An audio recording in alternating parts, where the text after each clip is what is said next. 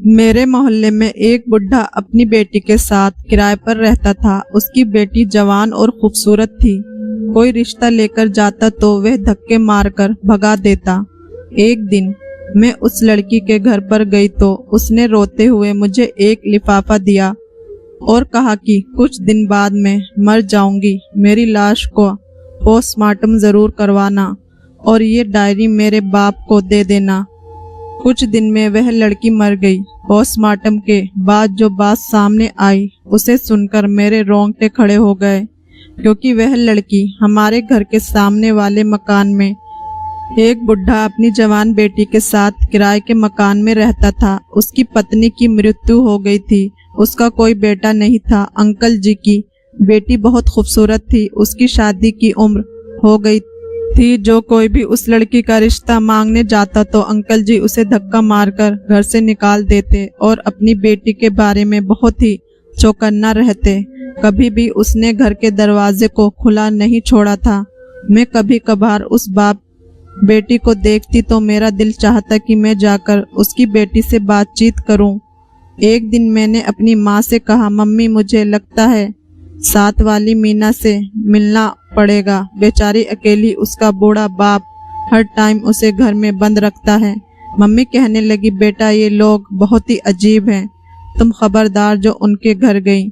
मोहल्ले में से कई लोग उसकी बेटी का रिश्ता मांगने गए, मगर उसने धक्का देकर सबको निकाल दिया है।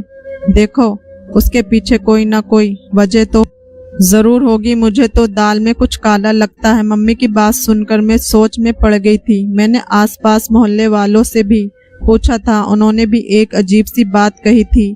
एक आंटी तो कहने लगी, मुझे लगता है ये बाप बेटी नहीं बल्कि कोई और है। ये आदमी अपनी बेटी से किसी को मिलने भी नहीं देता। मैं आंटी की बात सुनकर परेशान हो गई थी। अगर ये आदमी अपनी बेटी से किसी को मिलने नहीं देता तो क्या पता उसके पीछे कोई गहरी कहानी होगी या फिर कोई गहरा राज हो। मेरी बात सुनकर आंटी हवा में हाथ लहराते हुए बोली, अरे बिटिया कोई बेचारी नहीं होती, बस आजकल जमाना ही खराब है, तुम भी उन लोगों से दूर रहो। अब मेरे दिमाग में शक पहले से ज्यादा पड़ चुका था। मैं किसी सूरत में भी उस मामले को यूं ही नहीं जाने देना चाहती थी। एक दिन जब मैं उसके घर के दरवाजे के आगे से जाने लगी तो मुझे अंदर से रोने की आवाज आई। रोने की आवाज सुनकर मैं दरवाजे के पास खड़ी हो गई। मैंने कान लगाकर सुनने की कोशिश की तो एक लड़की की रोने की आवाज आ रही थी। दरवाजे पर गई तो दरवाजा खोला तो सामने ही अंकल जी खड़े थे। उनके चेहरे पर गुस्सा था। क्या बात है लड़की? मैंने कहा, अंकल जी माफ कीजिएगा, लेकिन आपके घर से किसी की रोने की आवाज आ रही थी, इसलिए मैं परेशान हो गई। मुझे लगा शायद मुझे मदद करनी चाहिए। अरे कैसी मदद बेटा, मुझे तुम्हारी मदद की कोई जरूरत नहीं है। तुम हमारे घर के मामले से दूर रहो तो अच्छा होगा। अंकल ने खरी खोटी सुनाकर दरवाजा मेरे मुंह पर बंद कर दिया। मैं परेशान होकर सोचने लगी, कितना बदतमीज और खड़ूस है ये बुढ़ा। मैंने घर जाकर ये बात अपनी माँ को बताई तो मम्मी मुझ पर गुस्सा करने लगेगी और कहने लगेगी, मैं आज तुम्हारे पापा को ये बात बताऊंगी कि तुम बिना वजह किसी की हमदर्दी जताने के लिए पड़ोस में पहुंच गई थी। मैं ये सोचकर चुप हो गई, लेकिन मैंने सोच लिया कि मैं उस लड़की से दोस्ती करके ही रहूंगी जो उस घर में अपने बाप के साथ अकेली रहती है। क्या पता उसकी जिंदगी में कोई अच्छाई ला सकूं। एक दिन मैं अपनी सहेली के घर गई, जिसका घर उसी मोहल्ले के अंदर था। मैंने रंगीनी से कहा कि हम छत पर चलते हैं, क्योंकि उस बुढ़े का घर रंगीनी के घर के साथ जुड़ा हुआ था। उस घर का आंगन उसके छत से नजर आ रहा था। मैंने ये देखकर खुश हो गई। रंगीनी बोली कि उसमें खुश होने वाली क्या बात है। मैंने कहा, अब मैं उस लड़की से दोस्ती कर सकूंगी जो उस घर के अंदर रहती है। मैंने अपनी दोस्त को भी सारी समस्या बता दी और उसने कहा कि मुझे लगता है उस घर में जो लड़की रहती है उसे हमारी मदद की जरूरत है। मेरी बात सुनकर वे बोली, जानती हो तुम किसके बारे में बात कर रही हो? उसकी बात ने मुझे और ज्यादा डरा दिया था। मैंने कहा, बस एक बूढ़ा बाप और उसकी बेटी रहती है। मेरी बात पर मेरी दोस्त ने कहने लगी, पागल लड़की, हो सकता है वे दोनों मियाँ बीवी हों, इसलिए वह अपनी बीवी को किसी से मिलने नहीं देता। कहीं लोग उसे ये ना कह दे कि तुम्हारी बीवी तो बहुत कम उम्र की लड़की है, जबकि तुम उसके बाप लगते हो। तुम्हारे पति ज्यादा उम्र का है। मैंने उससे कहा, जो भी हो, मैंने उस लड़की को रोते हुए देखा है। हो सकता है उसे हमारी मदद की जरूरत हो। मेरी दोस्त ने कहा, लेकिन अच्छा होगा अपने काम से काम रखो, वरना हम बेवजह किसी मुसीबत में फंस जाएंगे। अभी मैं और रंगीनी बातें कर ही रहे थे कि वह लड़की हमारे आंगन में चलती हुई नजर आई।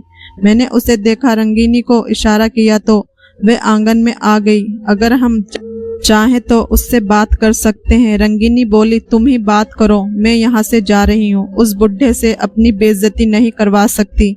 रंगीनी के जाने के बाद मैंने उस लड़की को इशारा किया। मैंने उसे कहा कि मैं उससे दोस्ती करना चाहती हूँ।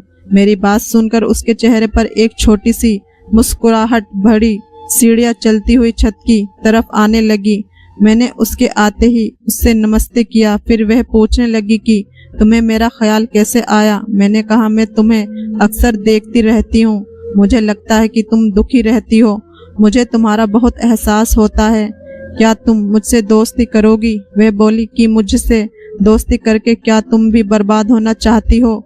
उसकी इस बात से मुझे बहुत ही दुख हुआ। मैंने कहा, तुमसे दोस्ती करके कोई बर्बाद क्यों होगा? तुम मुझसे हर तरह की बातें शेयर कर सकती हो।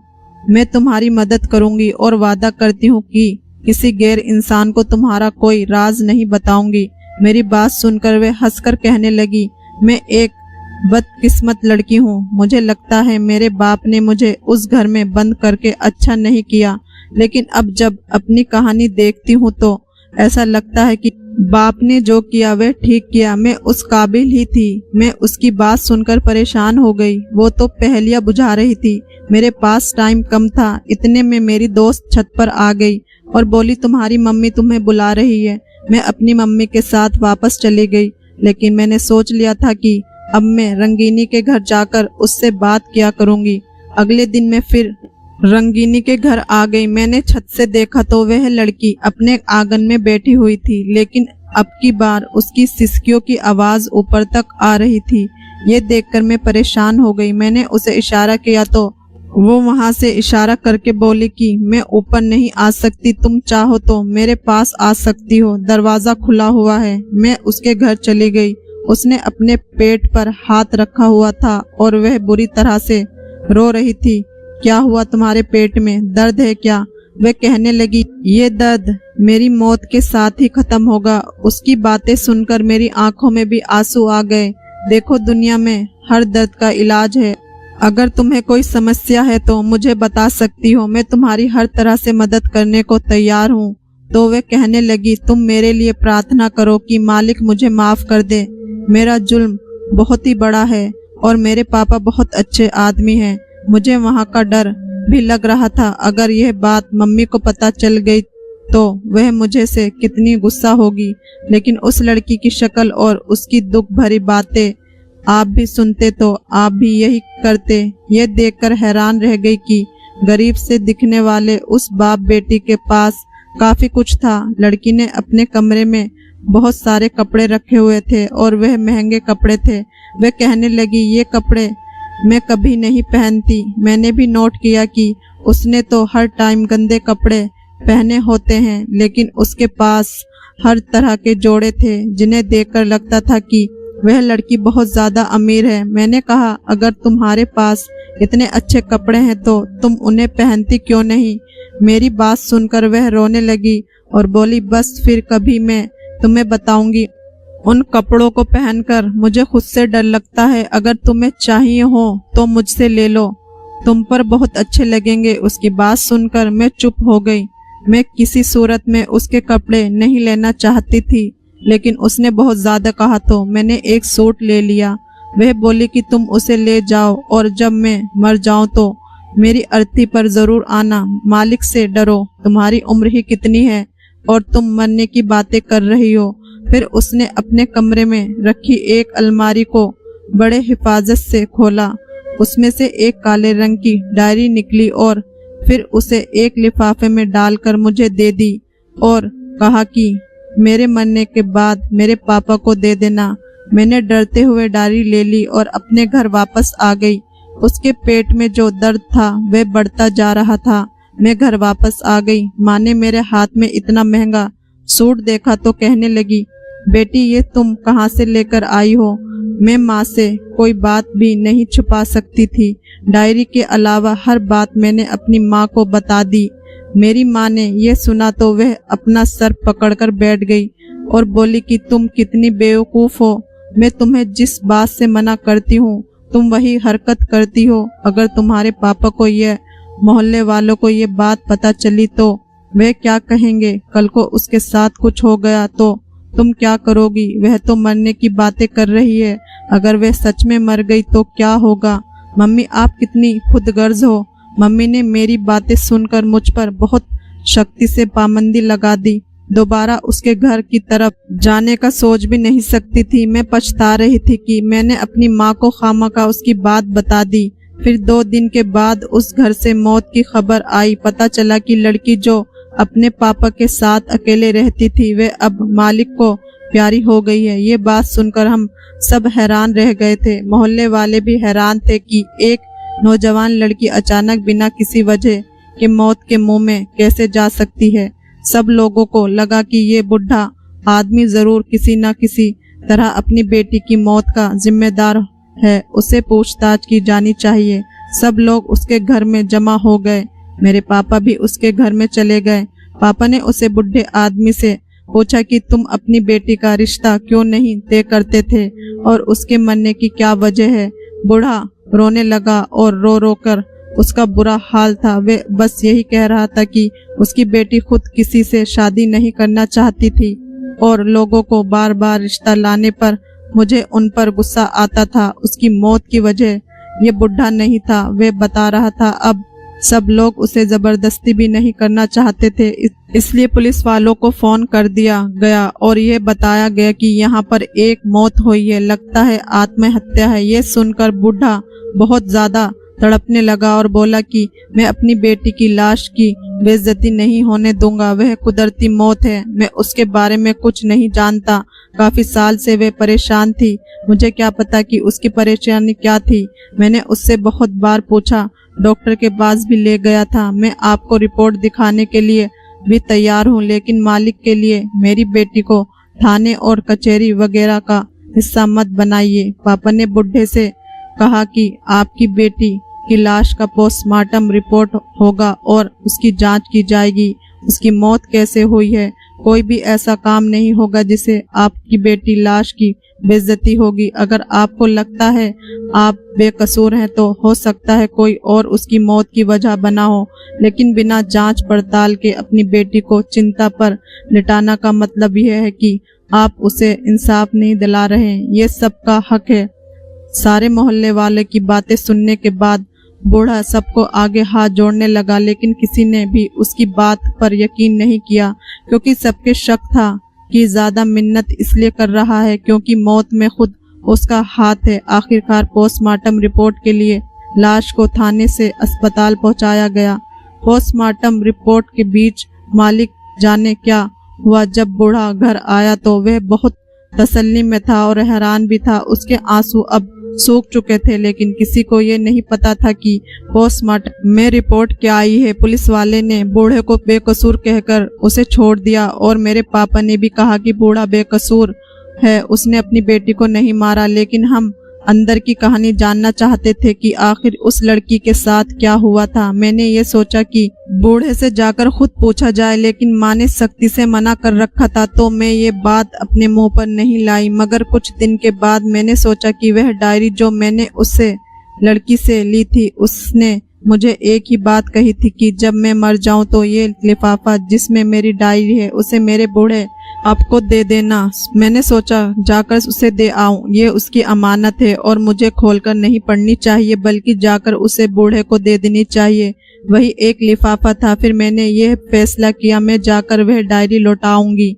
मगर जैसे मैंने बूढ़े के घर के दरवाजे की तरफ देखा, वहां पर एक बड़ा सा ताला लगा हुआ था। मैंने आसपास के लोगों से पूछा तो पता चला ये मकान बूढ़े ने किराए पर लिया हुआ था और अब वह अपना सारा सामान लेकर वहां से चला गया है। उसने सड़क कि दूसरी तरफ जो इलाका था वहां पर अपना एक बड़ा सा घर खरीदा है और अपना कारोबार शुरू कर दिया है। वह अपनी जिंदगी में आगे बढ़ चुका है। मुझे बड़ी हैरत हुई कि आखिर बेटी की मौत ने बूढ़े बाप को कैसे अमीर बना दिया था। वह बाप जो पहले मोहल्ले में किराए के मकान में रहता था और एक दुकान पर मजदूरी का काम करता था, अब ऐसी कौन सी लॉटरी उसके हाथ लग गई है कि वह बेटी की मौत के बाद अपना घर और अपना कारोबार शुरू कर बैठा है। मैंने सोचा कि वह डायरी खोलकर मैं खुद ही पढ़ लेती हूँ। उसे बूढ़े को कहाँ पर ढूंढूंगी। उसे पढ़ने से मुझे सारी हकीकत मालूम हो जाएगी। फिर अगर कभी वह मिला तो मैं उसे डायरी दे दूंगी। जब मैंने उस लिफाफे में से डायरी निकालकर पढ़ना शुरू किया तो मेरे होश उड़ गए। उसने जो बातें लिखी थी वह बड़ी ही अजीब थी। वह गरीब थे। बूढ़े की बेटी ने आंसुओं से भरे हुए शब्द लिखे थे, पापा मुझे माफ कर देना, मैंने जो किया उसमें गलती मेरी ही थी। उस पाप के बाद मैं आपके सामने सर उठाने के काबिल नहीं थी। आपकी परवरिश का कोई कसूर नहीं था। माँ के मरने के बाद आपने मुझे माँ की कोई कमी नहीं होने दी। मुझे एक लड़के से प्यार हो गया था। अगर उसकी बातों में ना आती और इतना बड़ा कदम ना उठाती तो कभी भी वे अपने घर लेकर ना जाता। दीपक एक बहुत ही अमीर बाप का बेटा था। मैं उसकी बड़ी सी गाड़ी और उसका बड़ा बंगला देखकर पागल हो गई थी। मुझे लगा वह सच में मुझसे मोहब्बत करता है और मुझसे शादी करेगा, मगर वह तो मुझे अपने मकसद के लिए इस्तेमाल कर रहा था। दीपक को मैं किसी मसीहा से कम नहीं मानती थी, मगर वह मसीहा नहीं, वह तो भेड़िया निकला था। मैं एक गरीब बाप की बेटी थी। जब मैं उसके बड़े से घर में कदम रखा तो उसने मुझे यही वादा किया कि वह मुझे उस घर की बहू बनाएगा, मुझे उस घर की शहजादी बनाकर रखेगा। लेकिन वहां जाकर मुझे पता चला कि वो तो मेरी इज्जत लूटने के लिए मुझे यहाँ लाया है। वहाँ उसके दोस्त भी थे। मैं अकेली लड़की कुछ नहीं कर सकती थी। मेरी चीख पुकार की आवाज किसी ने नहीं सुनी थी। अब मेरे पास कुछ नहीं बचा था। जब दीपक अपने मकसद में कामयाब हो गया तो उसने मेरे सामने एक हीरे की चेन फेंक दी और कहा कि ये तुम्हारा गिफ्ट है। मैंने ये सुन रखा था कि हीरा निगलने से इंसान की मौत वाकई में हो जाती है। मैं अब मर जाना चाहती थी। मैं जिंदा नहीं रहना चाहती थी, इसलिए मैं हीरा की चैन को निगल गई। मुझे समझ नहीं आया कि वह चैन कैसे मेरे हलक से नीचे उतर गई, मगर मेरी मौत वाकई में नहीं हुई। दीपक ने मुझे थोड़ी देर उस कमरे में रखा और फिर मुझे मेरे घर छोड़ दिया। वह पल मेरे आत्मा पर हमेशा के लिए बोझ बन गए थे। मैं खुद को कभी माफ नहीं कर सकूंगी। मैं पापा से छुपकर दीपक से मिलती रही थी और अब मैं मर जाना चाहती थी। मेरे पेट में बहुत दर्द रहता था। मैंने आज तक किसी डॉक्टर से यह हकीकत नहीं बताई। मेरे पेट से निकलने वाला खजाना मेरे बाप की गरीबी को मिटा सकता है। मैं जीते जी अब कोई हकीकत बताकर आपकी इज्जत को तार तार नहीं करना चाहती थी। मुझ में इतनी हिम्मत नहीं थी। मेरे प्यारे पापा, अब तो मैं मर गई हूँ। मालिक के लिए मुझे माफ कर देना। आपकी प्यारी बेटी सीता। उस लड़की के गम और दुख का अंदाजा मुझे हो चुका था। बाप बेटी की इज्जत पर आंच न आने के लिए पूरी दुनिया से लड़ता है, और वही बेटी अपने बाप की इज्जत चंद पलों के लिए और चंद मीठी बातों के आगे गवा दे तो उससे बदकिस्मत कौन होगा। मालिक के लिए जो लड़कियां मेरी ये कहानी सुन रही हैं तो उससे सबक हासिल